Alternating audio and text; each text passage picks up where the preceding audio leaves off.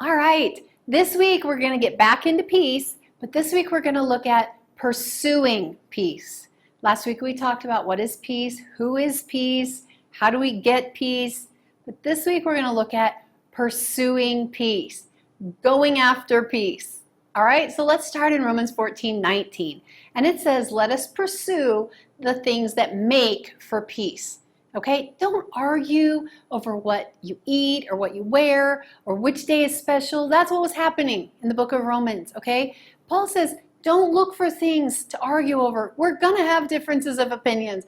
Pursue the things that make for peace. Choose peace. We're going to always have a choice. When stuff comes up, choose peace.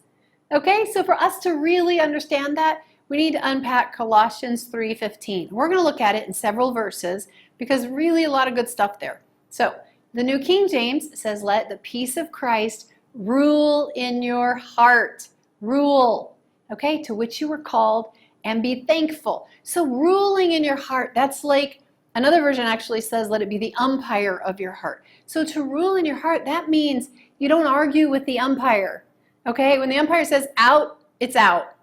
Okay, we may still want to argue, but you know what? We have to let that peace of God be what the final deciding point is. All right, God's peace. That's the yes or no. Not our opinion, not what someone else said, the peace of Christ that rules in our heart.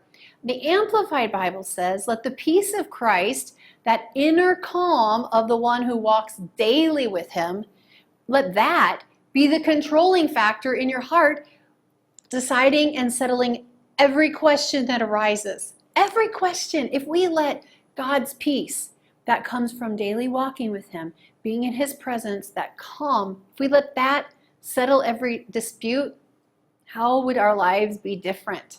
Yeah, instead of arguing and fighting and I'm right and you're not listening to me, all of that, who gets the last word? No, that inner calm, that peace of God that comes from daily walking with him. All right, the Passion Translation says, let your heart always be guided by the peace of the Anointed One. That's Jesus. Let your heart be guided by the peace that comes from Jesus. Amen.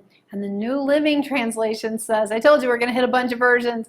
It says, let the peace that comes from Christ. Okay? New King James says, let the peace of Christ rule your heart. But the New Living says, let the peace that comes from Christ. So we've seen this several different ways. It is God's peace, okay? Jesus said, my peace I give to you, my peace I leave with you. We saw that last week. His peace. This is that same peace, the peace that comes from Christ, the peace that is from every day being in his presence, that peace. There is a quote that is so powerful, and it says, those that are at war with others are not at peace with themselves.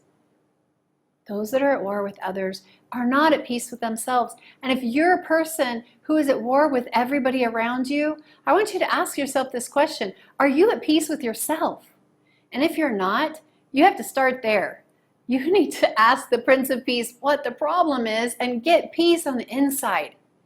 Get forgiven. If there's something you're holding on to and you need to let it go, some unforgiveness, some hurt, let it go and take God's peace. Because he promises that he gives a peace that never gets taken away. But it's our choice.